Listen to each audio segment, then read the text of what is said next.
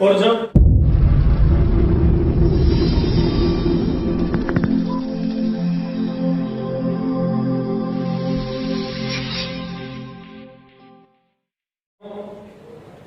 या मैं खुद अपनी बात करूं या हमारे अन्य कोई नेता हो, उनको इस लायक भी पंडित जी आप सब लोगों ने बढ़ाया, आप सब लोगों ने जो ताकत दी लोकतंत्र की, और उसी का एक परिणाम है कि आप सब लोगों का लगभग 350 के आसपास, जैसा आप लोगों ने मंच के माध्यम से बताया, यहाँ दुकानदारों की रोजी रोटी जिसके ऊपर विकास के नाम पर एक किस्म से बुलडोजर चलने वाला था, वो रोजी रोटी अगर कायम रही, मैं तो केवल माध्यम हूं, ये काम तो आप लोगों को काम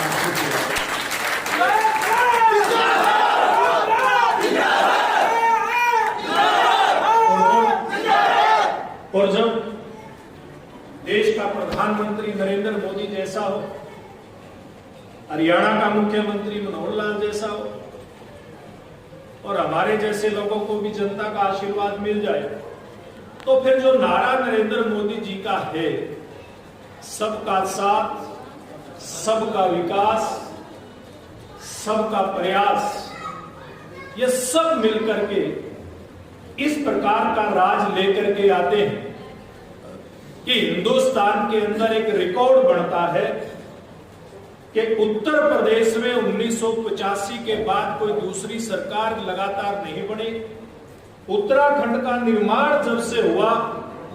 उत्तर प्रदेश से अलग होकर के, उसके बाद एक बार बीजेपी, एक बार कांग्रेस, दोबारा से कोई सरकार नहीं आई थी। चाहे फिर गोवा की बात करें, चाहे पूर्व के राज्य, सीमांत राज्य मणिपुर की बात करें, यहां पर दोबारा अगर भारतीय जनता पार्टी की सरकारें आई, और उससे पूर्व 2014 में जब भारतीय जनता पार्टी की सरकार आप लोगों ने बनाई थी, और उसके बाद 4.5 साल से हमारी सरकार हरियाणा प्रदेश में चल रही थी। लोकसभा का चुनाव आया 2019 का, उसमें 10 की 10 सीटें हरियाणा की जनता ने जीत करके भारतीय जनता पार्टी को दी, और जब उसके बाद 2014 का विधानसभा का चुनाव आया, उसके लगभग 6 महीने के बाद, तब भी हरियाणा की जनता ने 4.25% मत 2014 के विधानसभा के मुकाबले भारतीय जनता पार्टी को ज्यादा देकर के दोबारा से राज बनाया। ये अलग बात है कि 4.25% के आसपास मत प्रतिशत। मैं पूर्व के चुनाव की बात करूं, उत्तर प्रदेश के अंदर हम सब लोग, हमारा पड़ोसी प्रदेश है, हम देखते थे हमारी सरकार आने से पहले किस प्रकार से वहां गुंडागर्दी का राज था, किस प्रकार से माताओं बहनों की इज्जत के साथ खिलवाड़ होता था, किस प्रकार से कोई खाते पीते परिवार का व्यक्ति, क्योंकि अब हम चुनाव में गए, वहां देखने को मिला कुछ लोगों की शादियां हो रही थी जिस रिजोर्ट पे हम ठहरे हुए थे, तो ओम प्रकाश जी जब पूछा कि भाई आप लोगों के क्या हाल चाल है, किस पार्टी को वोट देने वाले हैं, उन्होंने कहा कि हम तो दोबारा से भारतीय जनता पार्टी की सरकार और योगी आदित्यनाथ को दोबारा से मुख्यमंत्री बनाना चाहते हैं। हमने कहा कारण क्या है, एक कारण आप बता दीजिए। तो उन्होंने कहा था सबसे बड़ा कारण है कि आज जिस प्रकार से हम धूमधाम से अपने बच्चों की शादी कर रहे हैं, जब दूसरी पार्टी का राज था, समाजवादी पार्टी का राज था, हम जाकर के या तो हरियाणा के अंदर अपने बच्चों की धूमधाम से शादी करते थे या दिल्ली जाकर के शादी करते थे। अगर कहीं कोई इस प्रकार का दिखावा हम लोग उस समय कर देते थे,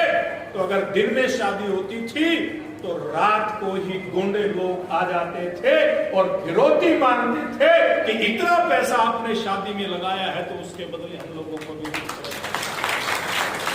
इस प्रकार का वातावरण उस प्रदेश के अंदर बना हुआ था,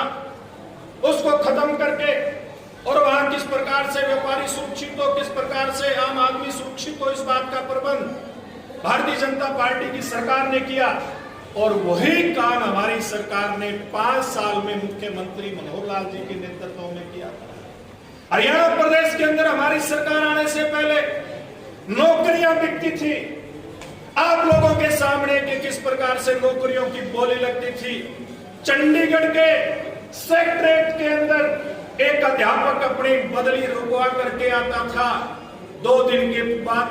पता चलता था कि दोबारा से उसकी कहीं की बदली कर दी गई है। बेचारा घर आकर के मुश्किल से पानी पीने की उसको फुर्सत मिलती थी, चंडीगढ़ जाकर के अपने तबादले को रुकवा करके आता था। अगर ये गोरख धंधा बंद किया तो भारतीय जनता पार्टी की सरकार ने किया। भारतीय जनता पार्टी की सरकार आने से पहले